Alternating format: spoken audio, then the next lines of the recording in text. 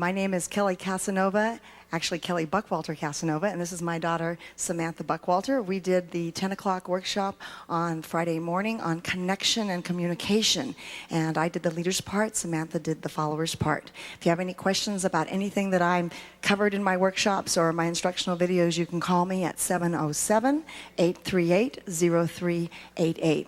What we covered in the workshop started off with just understanding that there's a difference in calibration between leaders and followers in a sense of feel. So we started off talking about the advantages of using a pistol grip versus using just a regular ballroom grip for the leaders, and how you can go from a light connection to a heavy connection based on that pistol grip, reminding the leaders to relax the thumb if they can instead of having it dance up in the air, but no pressure with the thumb. Then what we did is we did a little drill where we were working on the followers and leaders both going from a range of 1 to 10. So we started with a very light connection where we have the look of leverage, but we're still mostly supporting our own weight. And the connection is from the body to the body rather than through the arms. And then we increase that very slowly from up the scale, 1, 2, 3, 4, 5, 6, 7, 8, 9, 10, to a heavier connection. Again, everything is still in the body. The arms are fairly relaxed.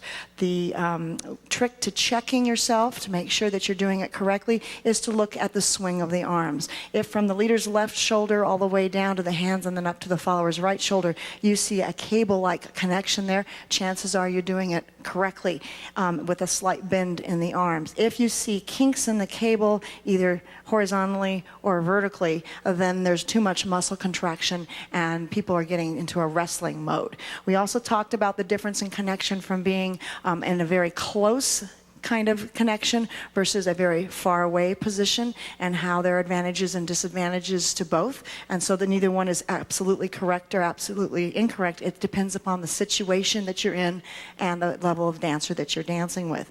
We also talked about the need for a gradual increase and decrease in most of our leverage and compression moves, with the exceptions of some really advanced moves that require going from leverage to compression extremely quickly. Most of the basics allow for a lot of sort of transitional time. For example, on a push break, when I bring Samantha in, if I use the pistol grip with both of her hands here, we start off with leverage and then we roll the hands so that we're starting to put weight in on the 2, and the peak of the connection on the compression is on 3, with the compression being on the palm of the follower's hands and the backs of the leader's hands, so that the leaders are not cracking the follower's knuckles at all. The hands also being up at around chest height for the follower so that her body center can come in without her being top heavy. So this is a very relaxed connection with the arms.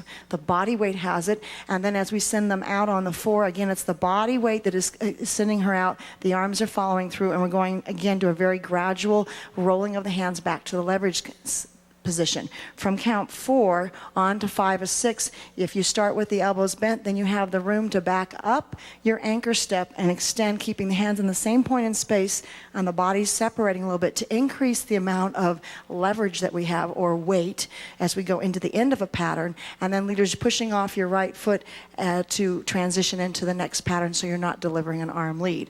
Also, we talked about followers making sure that when you get a lead, you push off your supporting leg so that the response is through the legs and the body, not through the arm pulling on the guy's back.